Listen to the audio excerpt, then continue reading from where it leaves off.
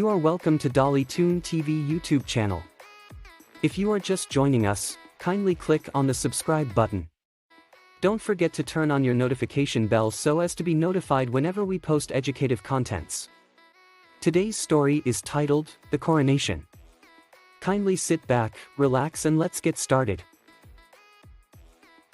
Once upon a time, in a far-off kingdom, the time had come for the coronation of the new king. The kingdom was a peaceful and prosperous one, and the people were excited to see who their new ruler would be. As the day of the coronation arrived, the kingdom was bustling with activity.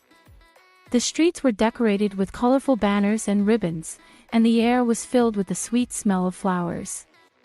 The people, dressed in their finest clothes, had gathered in the town square, eagerly waiting for the new king to arrive. As the sun began to set, a group of soldiers appeared on the horizon, marching towards the town square. Behind them came a grand carriage, pulled by 4 magnificent horses. The carriage stopped in front of the cheering crowd, and out stepped the new king. He was a young man, tall and handsome, with piercing blue eyes and a confident smile. He wore a crown of gold, and his robes were made of the finest silk. He greeted the people with a wave of his hand, and they erupted into cheers once again.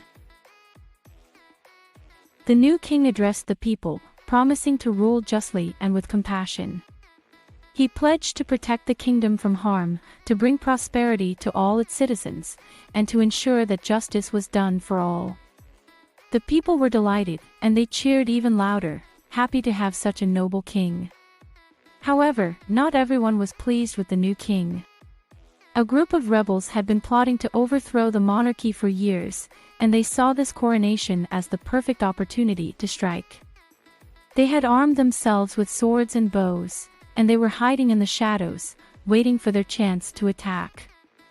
As the king made his way back to the palace, the rebels sprang into action.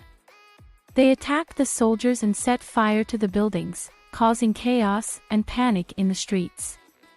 The king and his guards fought back bravely, but they were outnumbered and outmatched.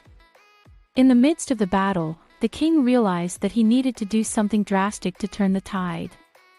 He called out to the rebels, asking them to lay down their arms and join him in building a better kingdom.